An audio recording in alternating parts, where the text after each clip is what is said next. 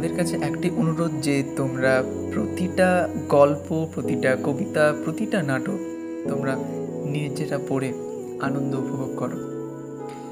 ভিডিওটিতে আমি আমার যে ভাবনা প্রকাশ করতে চলেছি সেই ভাবনাই যে তোমাদের মানতে হবে এমন কোনো কথা নেই। তাই তোমরা প্রতিটা রাইটিং নিজের মনের মতো করে পড়ে নিজে আত্মোপলব্ধি করো। সো হ্যালো গাইস, চলে এসেছি আমরা নতুন একটা ভিডিও নিয়ে। সো আজকের ভিডিওতে আজ আমরা D.H. লরেন্সের লেখা একটি ছোট স্টোরি দ্য হোয়াইট স্টকিং, এই হোয়াইট স্টকিংয়ের সম্পূর্ণ সামারি আজকের ভিডিওতে আমরা আলোচনা করব। তাই জন্য ভিডিওটা কিন্তু খুবই গুরুত্বপূর্ণ হতে চলেছে, তাই তোমরা শেষ পর্যন্ত কিন্তু অবশ্যই দেখতে থাকো। তাহলে চলো শুরু করা যাক। তো প্রথমেই দ্য হোয়াইট স্টকিং শুরু করার আগে আমরা জানবো D.H. লরেন্স কে ছিলেন। D.H. লরেন্সের সম্পূর্ণ নাম হচ্ছে ডেভিড হার্বার্ট লরেন্স, যিনি ছিলেন একজন English novelist, short story writer, poet, playwright, literary critic, travel writer, essayist এবং একজন পেইন্টার ছিলেন তিনি।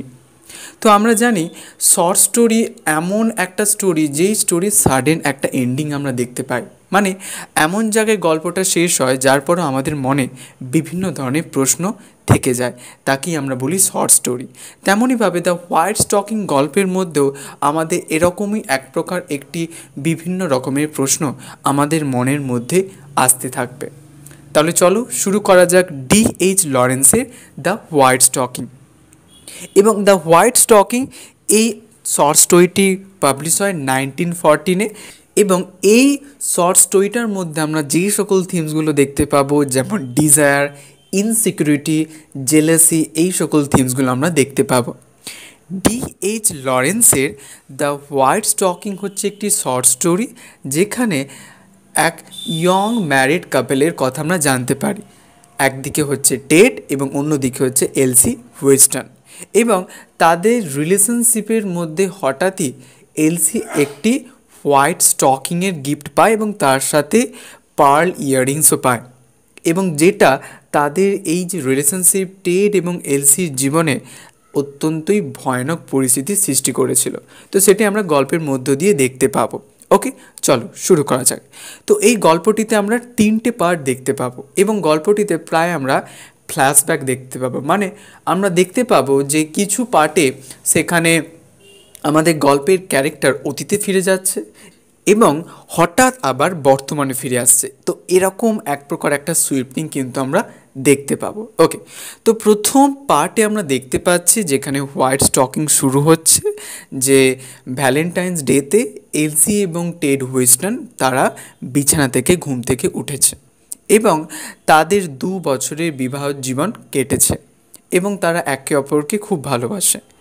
তো এই দিন সকালে এলসি এক প্রকার একটা গিফটের আশা করেছিল, মেলে করে আসবে যে গিফট, এবং এলসি পার্ল ইয়াররিংসের একটি গিফট পায় এবং যেটা একটি হোয়াইট স্টকিংয়ে মোড়া রয়েছে, এবং সে জানে যে এই গিফটটা তার ফর্মার এমপ্লয়ার স্যাম অ্যাডামস তাকে পাঠিয়েছে। কারণ কি? কারণ স্যাম অ্যাডামস তাকে একটি অ্যামেথিস্ট ব্রুচ পাঠিয়েছিল, যেটা অনেকটা আমাদের বেগুনি রঙের কোয়ার্টজের মতো, যেটা একটি বছর স্যাম অ্যাডামস একটি হোয়াইট স্টকিংয়ে করে পাঠিয়েছিল। তো তাই জন্য এলসি জানে যে এটা কে পাঠিয়েছে, এই পার্ল ইয়াররিংস এবং এই হোয়াইট স্টকিংয়ে মোড়া।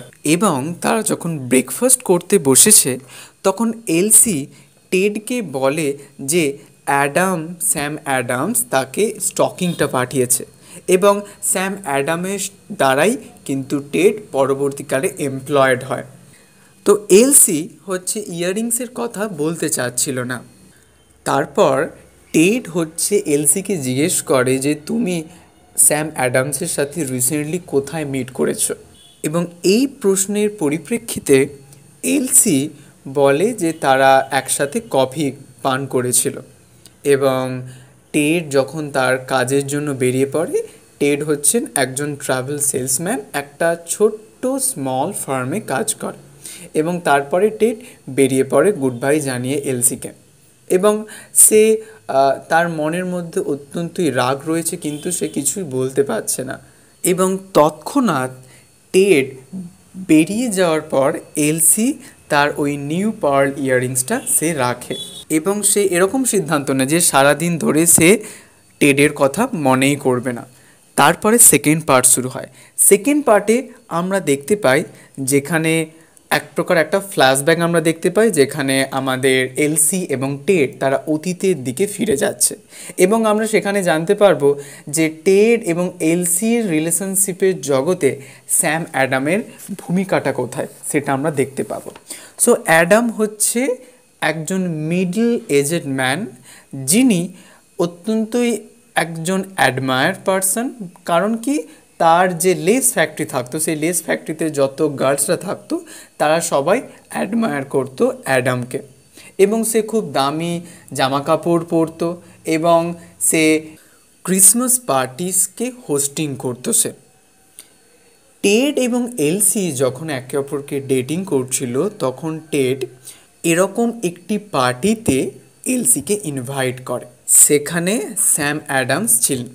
স্যাম অ্যাডামস এলসিকে তার সাথে নাচার জন্য অনুরোধ করে এবং এলসির একটু ইনটক্সিকেশন ফিল হয়েছিল যখন অ্যাডামের সাথে ডান্স করছিল। অবশেষে এরম করতে করতে যখন রাত্রি 1টা বেজে গেল তখন টেড এলসিকে বলল যে চলো এবার আমাদের বাড়ি যেতে হবে, কিন্তু এলসি তার মধ্যে একটা ইরিটেশন কাজ করছিল কারণ সে বাড়ি যেতে চাচ্ছিল না। তখন টেড খুব ক্রুদ্ধভাবে রেগে যায় এবং এলসিকে বলে যে অ্যাডামের সাথে তুমি অত ভালোভাবে মেশো না এবং তারপরে তাদের আর্গুমেন্টের পর এলসি অ্যাক্সিডেন্টালি তার একটি হোয়াইট স্টকিং পড়ে যায় এবং অ্যাডাম হাসতে থাকে এবং ওই হোয়াইট স্টকিংটা তার পকেটে নিয়ে নেয় এবং টেড সেটা নেয়ার জন্য যুদ্ধ করতে চায় কিন্তু এলসি তাকে করতে দেয় না এবং তারা যখন বাড়ি ফিরছে তখন টেড এবং এলসি তারা স্টকিংয়ের এরকম একটা ঘটনাটি নিয়ে তারা একে অপরের সাথে ঝগড়া করতে থাকে এবং আলটিমেটলি টেড এলসিকে শক্ত করে ধরে এবং তারা বাড়ি যাওয়ার দিকে রওনা দেয়। কিন্তু এলসি তার বাড়ি যাওয়ার একদম ইচ্ছে নেই এবং এলসির এই সময় মনে হয় অত্যন্তই সেফ ফিল হয় এবং টেডের ভালোবাসায় সে আবার পুনরায় জড়িয়ে পড়ে এবং তারপরে পার্ট 3 শুরু হয়, যেখানে আবার পুনরায় এই ফ্ল্যাশব্যাকের একটা কন্টিনিউশন আমরা দেখতে পাই। এলসি অ্যাডামের যে ফ্যাক্টরিতে কাজ করতো সেটা বন্ধ করে দেয় এবং টেডের সাথে বিবাহ করে এবং তারা শপথ নেয় যে তারা একসাথেই থাকবে। তারপর গল্পটি ভ্যালেন্টাইন্স ডেতে ফিরে আসে। টেড যখন কাজ থেকে বাড়ি ফিরে আসে তখন রাগান্বিত হয় এবং তাকে কটূক্তি করার প্রয়োজন অনুভব করে এলসিকে। এলসি অ্যাডামসদের সাদা টকিং সেট 2টি পরে রান্নাঘরের চারপাশে নাচ করে। টেড এলসিকে একবারে স্টকিং থেকে মুক্তি পাওয়ার দাবি করে এবং তার প্রতি খারাপ আচরণ করতে থাকে। আসলে সে তাকে একাধিকবার হত্যার হুমকি দেয় টেড এলসিকে। তার স্বামীর কাছ থেকে এরকম এক প্রকার একটা আবেদন শোনার পর এলসি মনে করে এটাই হচ্ছে সঠিক সময় টেডকে জানানো যে তাকে অ্যাডামস পার্ল ইয়াররিংস দিয়েছে এটা জানানো এবং টেড ধীরে ধীরে গণনা করতে থাকে এবং এলসির উপর খুব খারাপভাবে আঘাত করে এবং সে যখন আবার আঘাত করার জন্য তার মুষ্টিটি উত্থাপন করে সেই সময় এলসির রক্তপাত এবং ভয়ের দৃশ্য তাকে থামিয়ে দেয়। পরিবর্তে তিনি একটি আর্ম চেয়ারে বসে এই উপহারগুলি সম্পর্কে আরও প্রশ্ন করেন টেড। এলসি কাঁদে এবং ক্ষমা চাইতে শুরু করে কিন্তু টেড তাকে শান্ত করে। এই আবেগপূর্ণ ঘরোয়া দৃশ্যে আশা করা যায় যে এই তরুণ বিবাহিত দম্পতি তাদের জটিল সম্পর্ক উদ্ধার করতে সক্ষম হবে।